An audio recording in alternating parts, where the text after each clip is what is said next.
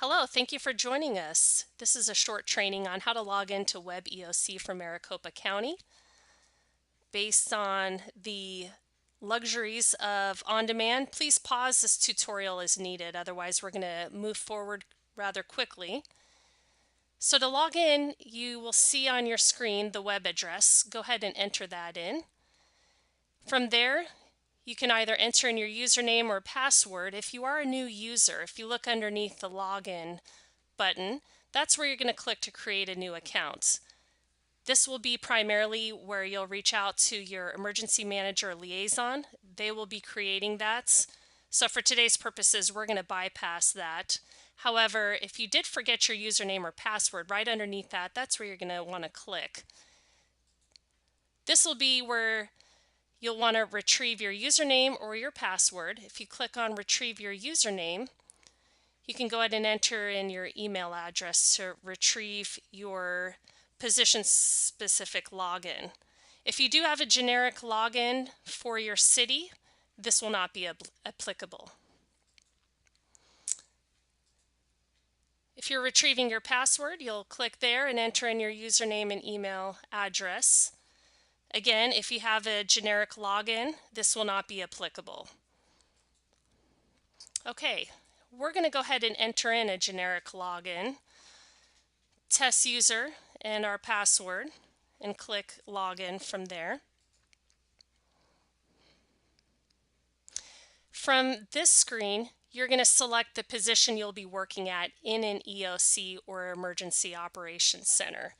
For today's purposes, we'll select EOC Manager Test Position. However, the screen you're looking at will most likely have a lot more options to choose from. You'll want to select the incident on the drop-down display screen.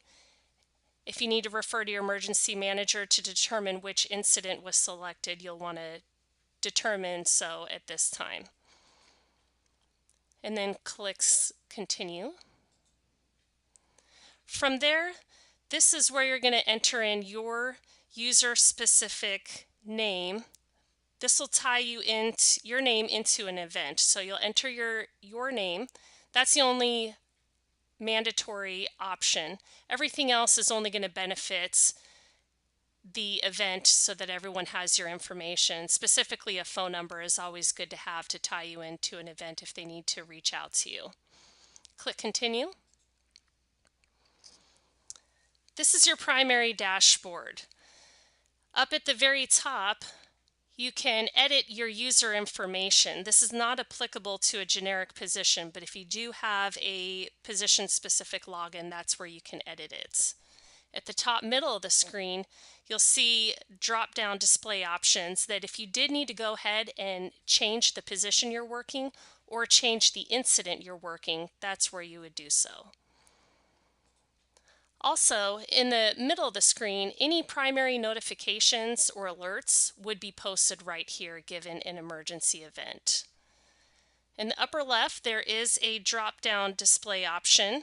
This will list all the status boards to choose from. You can select multiple options, and multiple status boards will be displayed in tabs that you can select.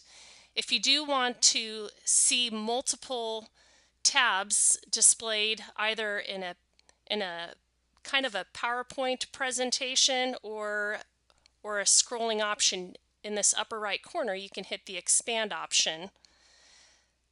That will basically show all the status boards, and down at the bottom you can hit the arrow to move over and select, or you can hit that slideshow presentation, adjust the speed.